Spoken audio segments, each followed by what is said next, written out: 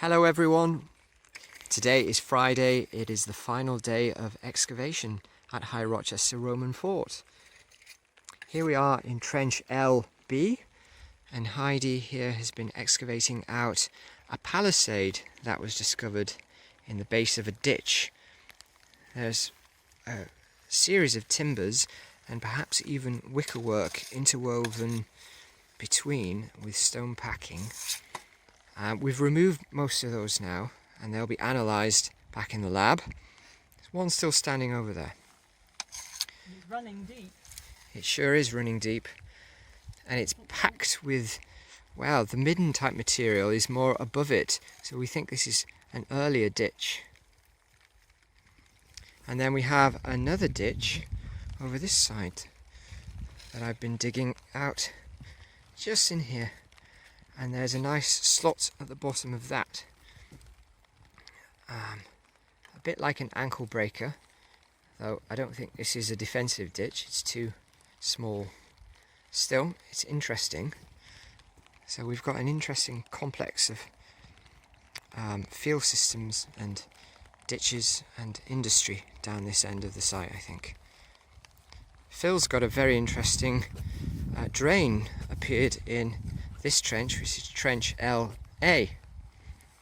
Hi Phil, how's it looking now? Well, just this very minute, as exploring this layer of stones that have been under certain other arrangements of stones which have been difficult to make any sense of, and now we're finding a quite consistent level. And coming over here, I'm just picking up again more stone at that similar level to this. And it's under these sort of features. Yeah. So that's good. We don't know what it is though, structure of some kind, I guess. Well, we've got about an hour and a half to Yes, in the rain. see if we can solve it. And of course, we've now exposed the drain. Yes, that had capstones running all along. That was very nice. Yeah. And we don't know what period it belongs to though, do we, really? No.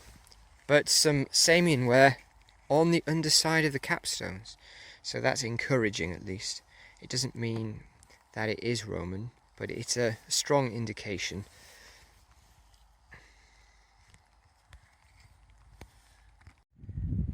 Well, here we are in trench C, and to our amazement, look what's turned up. Terry's been working very hard, and this amazing, well, kiln. What do you suspect it is, Terry? The jury is still slightly out on that one, but the current theory is that it's most likely a lime kiln.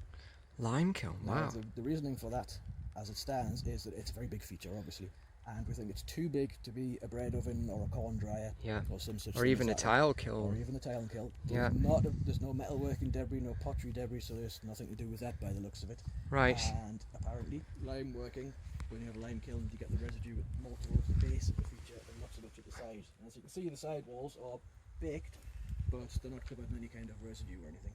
So for want of a better description, we're currently describing it as a probable lime kiln. Goodness The base me. of it is just under the ranging pole there, just under the water table level. There's one more course of stones, and then there's a layer of flat rocks, Yes. like a rough base. Before the swimming pool. Yes, and it looks like it's two phases as well. You can see the lower 5 courses, one under the water. They're rounded stones, heat baked and slightly orange. And Right. again, behind the ranging pole at the back, there's more orange stones sticking out there. We think that's probably the first phase. And then there's a second phase of these 3 courses of much more angular stones you can see inserted on a slightly different alignment on top of it. And it's positioned, am I right in thinking, between the fort ditches on this western side? It is, it is.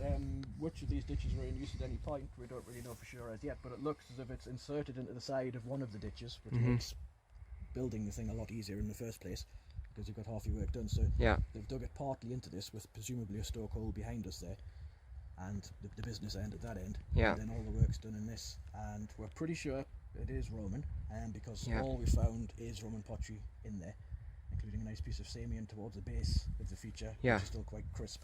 and we found nothing that would say that it isn't Roman. Okay, but possibly later Roman, just given Possibly, that. but given the size of yeah. it, it's a lime kiln, which obviously they'll be using, we think, for lime mortar for rebuilding parts of The stone stone fort. forts, yeah, So okay. it will be one of the phases to do with either the initial stone building or the remodelling. Yeah, later. that makes sense. Oh, very good. What's the stonework like? Is it similar to...